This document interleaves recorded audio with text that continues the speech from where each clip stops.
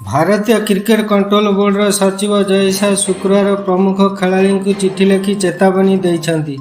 Video को skip न करी लास्ट पर्यंत जोड़ी रुहतु। टी20 हो कि वनडे हो, देश हो कि विदेश हो, यह टेक्निक ताजा खबर पाइबा मो चैनल को सब्सक्राइब करंतु। ता सहित डेरी न करी बेल बटन को दबाई दिंतु।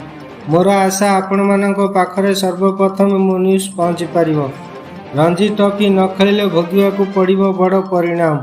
भारतर ए टीम को चिठी लिखि कहिसंती जातीय जल रे चयन पाई घरोई क्रिकेट हेउची प्रमुख मेरुदंड। घरोई क्रिकेट न खेलिले यह गंभीर प्रभाव पकाइबो।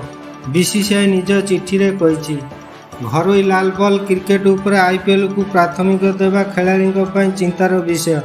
इंडियन एक्सप्रेस अनुसार जय शाह लिखिछंती निकट रे घरोई क्रिकेट न खेली आईपीएल को प्राथमिकता देवा एक ट्रेंड देखा मिलूँ जहाँ आम केवे आशा करी नथिलु।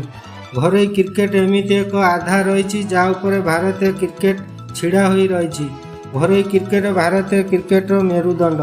घरोई क्रिकेट रे जदि एमती हेबो ता बोर्ड पाई चिंतार विषय।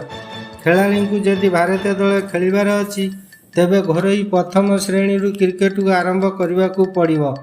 आसंतु जानिबा को तीन जन को जय शाहर चेतावनी।